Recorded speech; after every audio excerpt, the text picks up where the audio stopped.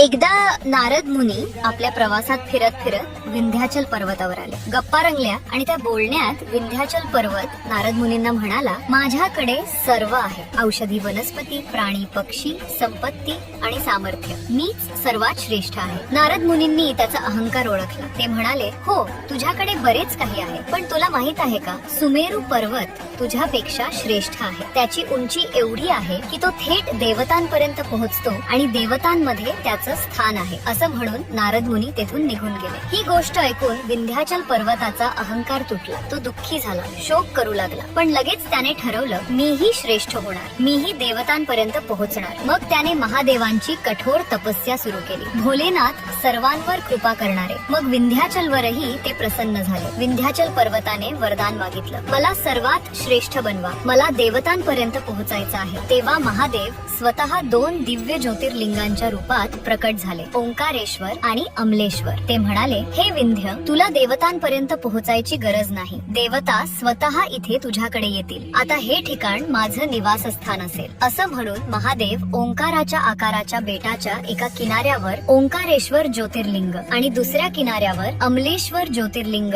म्हणून प्रकट झाले. अशा प्रकारे 4थ्या ज्योतिर्लिंगाची स्थापना झाली. आजही असं मानलं जातं की भौतिक सुख सुविधा, समृद्धी आणि यश प्राप्त करण्यासाठी ओंकारेश्वराची पूजा केल्यास महादेव प्रसन्न होतात.